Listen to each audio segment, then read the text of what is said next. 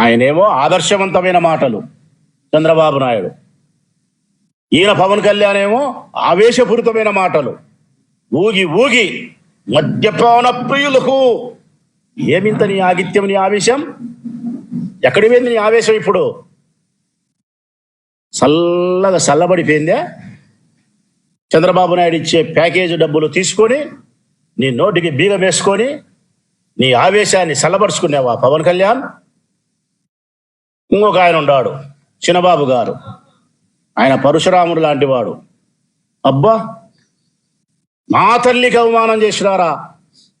ఈ రాష్ట్రంలో ఉండే క్షత్రియ కులాలంతా సర్వనాశనం చేసి తలను నరికినట్టు వైఎస్ఆర్ కాంగ్రెస్ పార్టీని తెగ నరుకుతారని చెప్పి పరశురాముడు మాట్లాడినట్టు మాటలు. ఒకరిది ఆవేశము, ఒకరిది ఆదర్శము, ఒకరిది పత్తిగింజ మాటలు. ఈడ చూసామా నకిలీ మద్యం. అసలు ఆ మొలకల చెరువులో జరిగిన మద్యం కేసు అయితే ప్రజలకు ఒకసారి చెప్పాలనుకుంటున్నా నేను. హైవేలో ఒక దాబాలో పట్టపగులు బాగా లోపలికి ఆడనో రోడ్లలోనో గుట్లలోనో కొండలలోకి పోయి కాదు, పల్లెల్లోకి పోయి కాదు, ఒక దాబాలో నకిలీ మద్యాన్ని తయారు చేసే కర్మాగారాన్ని ప్రారంభిస్తే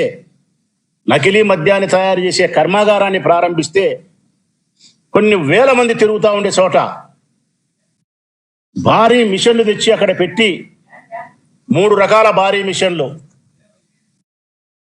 ఒకటేమో మందు కలపాలా, ఒకటేమో బాటిలింగ్ చేయాలా, ఒకటేమో మూతలు చేయాలా, కొన్ని 10ల సంఖ్యలో కార్మికులు పని చేయాలా.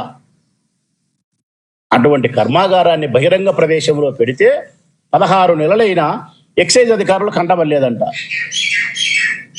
16 నెలలైనా కంటబడలేదంట. ఇది నమ్మడానికి సాధ్యమవుతుంది ఆ ప్రజలారా? చిన్న టౌన్లలో చిన్న ఇసుపెటాకులు, కంపచెట్లలో ఇసుపెటాకులు ఆడుకుంటే 4 రోజులు ఆడితేనే 5 రోజులు కనుక్కుంటారే. కనుక్కొని ఆ బీదోళ్ళ మీద పోయి కంపచెట్లలో ఇసుపెటాకులు ఆడుకుంటే వాళ్ళ మీద పడి దాడి చేసి పట్టుకొని పేపర్లో పిలిచి పెద్ద ఫోజులు పెట్టి ఇంతమందిని పట్టుకున్నాం, అంతమందిని పట్టుకున్నాం, 70,000 దొరికింది, 80,000 దొరికిందని చెప్పి ఫోజులు పెడతారు కదా. మరి దాబాలలోనే నకిలీ మద్యం కర్మాగారాలు పెడితే మీకు కనిపించలేదంటే ప్రజలు ఎవరైనా నమ్ముతారా? అది తెలుగుదేశం పార్టీకి సంబంధించిన చంద్రబాబు నాయుడుకి సంబంధించిన వారిది కాబట్టి, దొంగలు ఊర్లు పంచుకుంటున్నారు కాబట్టి అది మీకు కనిపించవు. దొంగలే ఊళ్ళు పంచుకుంటున్నారు. ఇందులో పాలకులకు భాగం ఉంది, బ్రాందీ షాపు యజమానులకు భాగం ఉంది,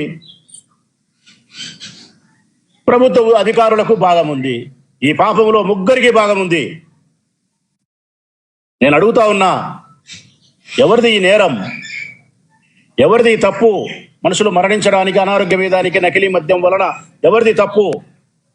తాగేవాడిదా, లేకుంటే బ్రాందీ షాపులు అమ్మేవాడిదే, లేకుంటే బ్రాందీ షాపుకు నకిలీ మద్యం తయారు చేసి పంపించే పాలకులదే? పాలకులు తయారు చేస్తానే కానీ మిన్నకుండిపోయిన ప్రభుత్వ అధికారులదే. ఎవరిది తప్పిది? ఎవరిని శిక్షించాలా? ఇంత ధనార్జన కోసం, ఇంత డబ్బు సంపాదించాలనే యావ కోసం 24 గంటలు ఈ రాష్ట్రంలో మద్యం లభ్యమవుతుంది. 3,500 బ్రాందీ షాపులుంటే 75,000 నుంచి 1,00,000 బెల్ట్ షాపులు ఉన్నాయి. ప్రజలారా, 75,000 నుంచి 1,00,000 బ్రాందీ షాపులు ఉన్నాయి.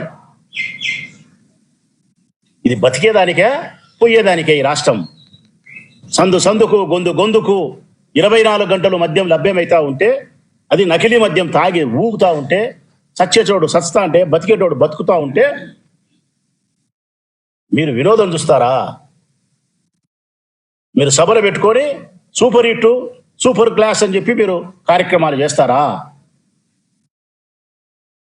నకిలీ మద్యం తయారీ, నీళ్లు కలిపిన మందు అమ్ముతారు.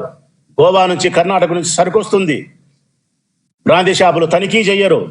ఒక్కొక్క బ్రాందీ షాపు నుంచి నెలకు ₹1,00,000 మామూలు. పోలీసులకు, ఎక్సైజ్ అధికారులకు. ఈ నుంచి కడప నుంచి అమరావతి అందరూ పంచుకోగా మిగిలింది చిన్నబాబుకు. పెదబాబుకు డిస్టిలరీ నుంచి కమిషన్ 4%, 3%. వీళ్ళు మళ్ళా పత్తి గింజల యొక్క మాటలు, పాతివ్రత్యం మాటలు.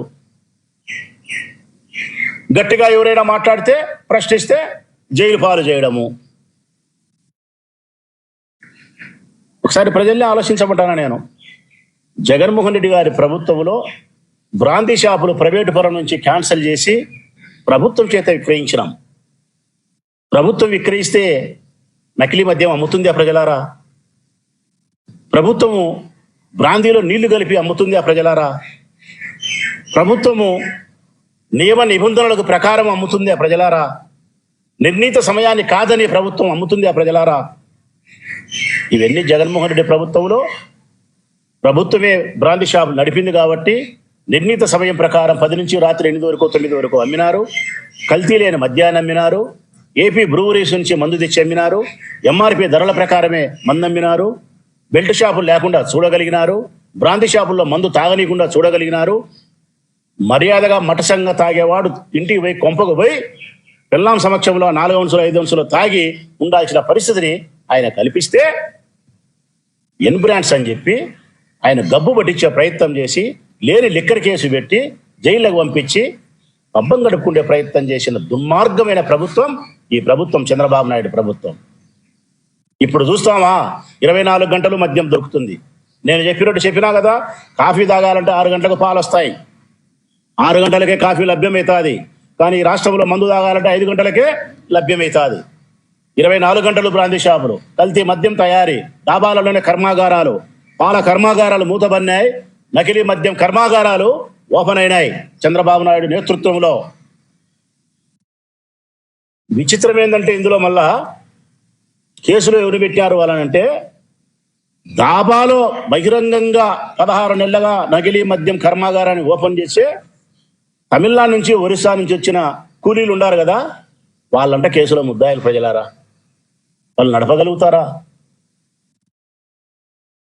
వాళ్ళు నడిపితే 16 నెలల్లో 16 నిమిషాలకు పోలీసులు కనుక్కోరా? ఎక్సైజ్ అధికారులు పట్టుకోరా? వాళ్ళు కాదు నడిపింది. తెలుగుదేశం పార్టీకి సంబంధించినటువంటి సురేంద్ర నాయుడు కావచ్చు, ఇంకొకరు కావచ్చు, మినిస్టర్లు కావచ్చు, అంతా వాళ్ళే. పాత్రదారులు, సూత్రధారులు తప్పించేసినారు. కేసులో పెట్టాల్సిన ముద్దాయిలు పెట్టలే. Chandrababu Naidu clear instructions excise పెద్ద అధికారికి, నిధులంతా మా వాళ్ళే ఉండారు, పేర్లు గడ్డకొస్తే మా ప్రభుత్వం బదనామైపోతుంది, బలహీనపడుతుంది కాబట్టి ఎవరిని మా వాళ్ళని కేసులో పెట్టద్దు, తప్పించేసాయి. ఆ పరికరాన్ని కూలోళ్ళనో బాలోళ్ళనో పెట్టి కేసు మమా అనిపి అంటే ఎక్సైజ్ అధికారులు మమా అనిపించారు. సూత్రధారులు ఎవ్వరూ లేరు. కంబలపల్లిలో, మదనపల్లిలో కాగితాలు కాలకపోయినా, ఫైళ్ళు మేము కాల్చినామని చెప్పి డిఐజీలను, ఐజీలను హెలికాప్టర్లు వేసి మదనపల్లిలో దించిన ఓ చంద్రబాబు నాయుడు, ఈ పొద్దు మరి బొలకల చెరువుకు పోరే, హెలికాప్టర్లు వేసుకొని, విమానాలు వేసుకొని ఈ పొద్దు పోరా డిఐజీలు, ఎక్సైజ్ అధికారులు? అంత పెద్ద నకిలీ మద్యం కర్మాగారాన్ని పట్టుకుంటే తూతూ మంత్రంగా చేస్తారా? ఆంధ్రజ్యోతి పత్రికలు అయితే ఎక్కడే కానీ ఆంధ్రజ్యోతి పత్రిక ఇది ఇంత నకిలీ మద్యం కుంభకోణాన్ని, మాఫియాను రాకెట్ మీద పెడితే ఇదిలే సర్కారీ కాప్ యాప్ 15,000 ఇచ్చినది ఇంకోటి ప్రచారం చేసుకుంటారు. లోపల యాన్నో జిల్లాలో 2 అక్షరాలు వేస్తారు. ఇది ఆంధ్రజ్యోతి. అదే ఇంత మటుకు పొరపాటు ఎవడైనా వైఎస్ఆర్ కాంగ్రెస్ పార్టీకి సంబంధించిన వాడు గతంలో ఏదైనా ఉంటే ఎంతో కొంత సంవత్సరాలు రాసినారు. బాధ్యత ఉందా ఈ పత్రికలకు?